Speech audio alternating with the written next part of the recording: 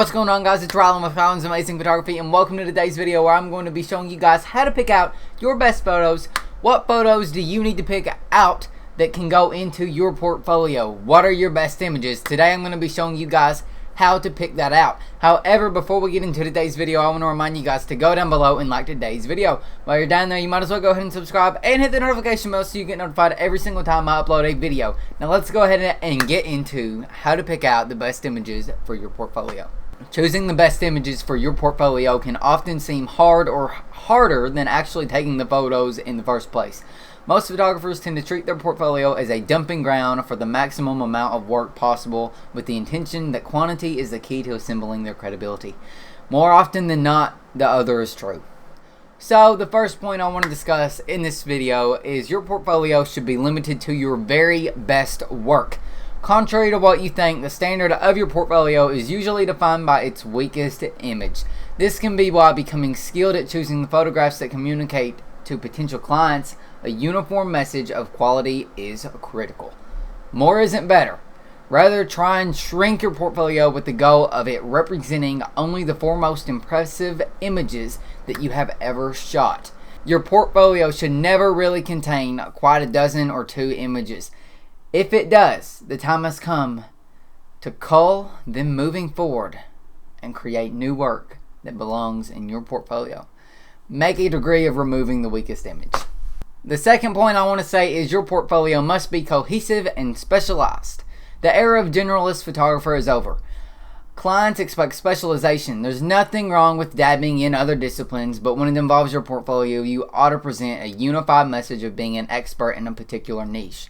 Furthermore, your portfolio should speak to the level of cohesion in terms of artistic direction. Each image should seem like it has been taken by the same photographer who is ready to deploy a uniform and unique creative vision. The third point I want to discuss is your portfolio must reflect what you are actually able to create. By attempting to sell what you're unable to do, you merely create a road to disappointment for your potential clients.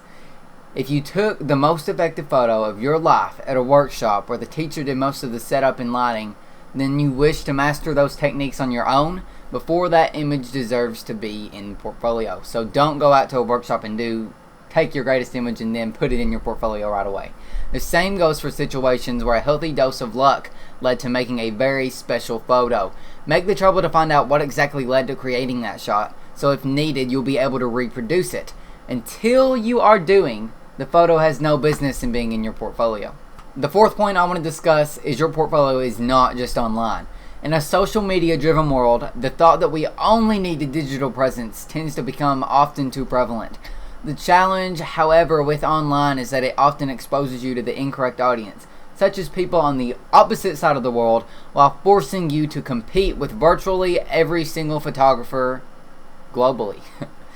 By also wielding the faculty of a printed portfolio, you'll be able to isolate your pitch to focus on only potential real-world clients in situations where they don't seem to be distracted by the traditional blizzard of digital noise that we live within online. So in conclusion, your portfolio is the first impression that you just put on the globe. A poorly constructed one can create the impression that you just may lack attention to detail or fail to fulfill the extent of professionalism that a high-end client expects.